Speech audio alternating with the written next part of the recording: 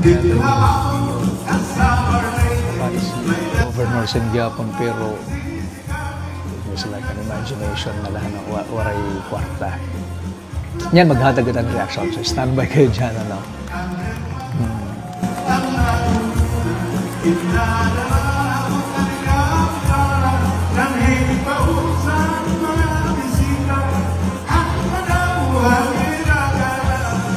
At pinagpunala kita, napulok ang kadisga pusana, ang kwitis pabutan galatiru ka, upay-upayang pamustura.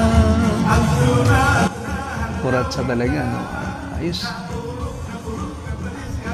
Yan, mga kasangkayan, no? Yan, nag-umpisa na pan, I don't know kung masarang kita gala.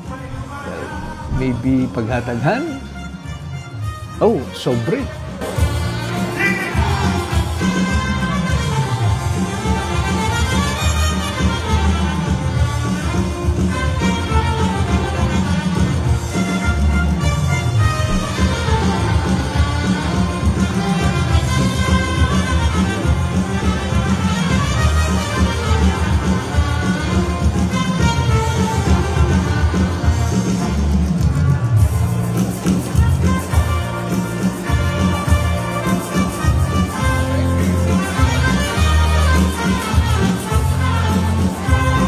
So ayan, so maghatag kita ang reaction about ang video naton and recently, as in yan na lang adlaw or maybe kaninang kaagahon nag-upload, no, may mga nag-upload sa mga nag-upload dito, no, gusto kong i-sing credit, no, to Rico Badinas, no.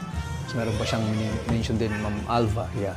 So yung nakikita natin mga sangkay nga usang pagtipon-tipon, no, I think somewhere in Manila, Bagula, like mga kakulop siguro or last 2 nights, no, kundiin nakadto iton mga Kadbaluganon. So nakita nato, no, iba-iba nga post, no, may nag-post, ano, nga it's a Kadbaluganon Association of Metro Manila.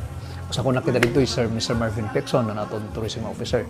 So mga kasangkayan, no, I don't know kung magva-viral na naman to. Nagkaada kasihin annual, no, I believe it's an actual annual celebration, pagtipon-tipon, ano, hiton mga Kadbaluganon, kasi nga Kadbaluganon Association of Metro Manila. So siyempre Mayor Dexter is Kadbaluganon, which is nakikita natin na video nga amon na sayaw padis ni Samar Governor Shari Antan. Well, maaram kada kan Governor Shari Antan yo sa mga nag-viral niya sayaw, kay damuan pumuna, damuan mga napausa nga kay ano nag-aarakan kwarta. Ganun na lamang gumala itong mga Samareños, no. Actually itong video, di ba, di rin man lay Governor ang nagala, mas damo nga ni ang mga nakapaligid na iya nga nagagala. That is part of tradition nitong mga Samareños nga may mga nagque-question lagyapon mga sangkay. It's because nga diri hira mga taga-Samar, labis na itong diri good kabisado itong kultura itong Samareños. But yun na yun, ano, question man ito itong mga ibang tao nga diri taga-Samareños. Pero pag taga-Samar ka o sa ka nga Liteño, waray-waray ka, taga-biliran ka man, di rin ito dako nga pakiana. Kay part nito naton kultura or tradisyon. But going back, no, siguro tungod nag-viral nga video nga nag-spread out talaga. Nationwide, worldwide. Bagahan may na changes, ano? Nakita naton nga ang bagong sayaw, no, pagpakigsayaw ni Governor Shari Antan, kapadis pagod niya Mayor Dexter Uy. Waray na kita kinita, ano, nga kwarta, no, nga gala nga. Ang talaga ng tradisyon. Siguro, para, I don't know, kung gusto la sundon nira Governor, no, nga Mayor, nga nitong mga nakadto, no, nag-attendan na sabi nga okasyon, Kadbaluganon Association of Metro Manila, nga gusto lang nira nga, sige, kung asya man, no, para waray na damo nga isyo, ibaw na lang naman ng estilo, sobre. So di kita maaram man sobre, no, may pwede yan to, no, may sulod niya kwarta or I don't know, chiki or maybe, yeah, kung may daman, di kita maaram kung pero sulod, pwede 1,000, pwede 30,000, pwede more than that, no, or pwede 500 la, no? Depende kasi sabi pa nga natin, yung gala talaga naman, normal natin ng kinita, depende ito imo kusa mo ito, kung diri ito, waray ito walang pilitan po yan, no? Waray piniritay. So, yun na nga. So, dahil naging viral nga, so parang nakita natin nga, ganun lang yung ginawang style. So, yun mga friends, I don't know kung masusubad na natin maging practice na natin sige, para waray issue na la, para waray damo nga aringasa, isusubrin na natin. Through donation, parang donation kasi yan, yung ginagawa. Pero yung papaakas natin talaga nakalakhang kultura is ganun lang ba, gagala talaga natin. But tungod hini nga mga paninabo, mga kasangkayan, possibly ba or possibly ba nga mag-iba na? Instead niya igagala ang kwarta, sasaburak ang kwarta, no? Both politiko man or individual, private person, para waray na maging issue ba? Or i-single out lang natin ang mga politiko, pag politiko na sayo, dapat ba nakasubri na la? Pero nakita natin, di naman ito nga tanan politiko. Iban ito mga kadbaluganon, nga adto Manila, nagbi-business, adto hindi na nakakauli danay, or nakakauli man. Kumbaga may dala talaga asosasyon mga kadbaluganon. Tapos, yun, sumubad na tira, nagsubri na latira para diri ma-question siguro. Ngan, usap pa, siguro kung mo man imo dito panginabuya kadbalogan, o Manila, tapos ang kadbaluganon, saka nga sa Marinos, tapos may mo association dito. Siyempre, kung may dagap, kahit pa paano, sobrang kadamon natupag ng mga problema, business, o pamilya, or hadamo nga mga bagay ba, at least may dagyapon mga suwadi nga okasyon. No? For example, in celebration, han San Bartolome in Catbalogan City. So, adtiran usang dako nga hotel, siyempre, may pagkaon, may venue, may bayad yan. I think pag ganyang mga venue, minus diyan yung 50,000 siguro per night. Di ba? So, tapos ang pagkaon pa. Di ba? So, siguro mga 100,000, I don't know. Di ba? Pagkaon, 50,000. Tapos, venue, mga 40 to 50,000. I don't know wala akong idea, pero yun ang nakikita ko kasi Manila yan. Manila Hotel yan. Mga Manila Hotel yan eh.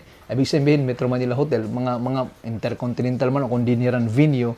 Pero ganun yun, hindi yan bababa ng mga 30,000. Yung venue pa lang, hindi nga ni aton. Mahal ng venue, asay pa Manila, no? Mga class nga hotel. So, siyempre, panalagsaya lang yan, every year lang naman yan, once a year lang naman yan. So, tulo-tulo na kung may business ka, kung successful businessman ka, di ba? Or adto ka na Manila, trabaho, kahit papano, or ibang bansa, adto ka ibang bansa, nauli ka Manila or Catbalogan, just to attend the Catbaloganon Association of Metro Manila. No, nagtitipon-tipon nila dito. So, siguro, diri ka maalang paghatag, no? Kay panalagsaman lang nito mga sangkay. So, yun lang, no? Aton lang to reaction video, mga ka-idol, no? May changes na iya. I don't know kung yun na rin yung ipa-follow ng ating mga... I doubt na isusundon yun. Pero at least, yun ang ating observation. Sumayaw na itong governor, palis na yung Mayor Dexter Uy, ang Catbalogan, itong Governor Shari Antan, magpalis sila. So, waray na kita nga naggalahira. Pero, may napansin ta, nagbutang sobre, no? Sobre, tas si Mayor may dahiyabagan koan. I don't know kung anong sold, kung rin noon or maybe token, I don't know. Basta kung ano naman ang malikom ni Nera, kwarta man yan or token or whatever. So, may nga tihara o asosasyon, magiging pundugap nira. Babayad na hotel, ibabayad na venue, pagkaon. Yun lang naman eh. Ganun lang naman yung mga purpose, may mga purpose yan. Or di kaya, ihimon nirang bagan outreach program. Tingnan natin. Yan, shout out na lahat itong nag-organize, no? And mga officers of Catbalogan Association of Metro Manila. Mayroon din yan, mga iba mga lugar eh. I believe may the Villahanon. Ano pa ba? Basta around the whole Philippines may mga ganong association, ano? Na kayo mga taga dito ka mga lugar, may ka mga so dito nga pagtipon-tipon yan mga asosasyon. So, respect the culture, diba? Tradition, and wala tayong problema siguro doon. Just like kung paano natin respeto itong religion. Alright? I think it's under the law or under the Constitution na we have to respect our culture, religion, andyan naman talaga yan, and tradition and beliefs. So, thank you guys and happy Sunday po. Bye!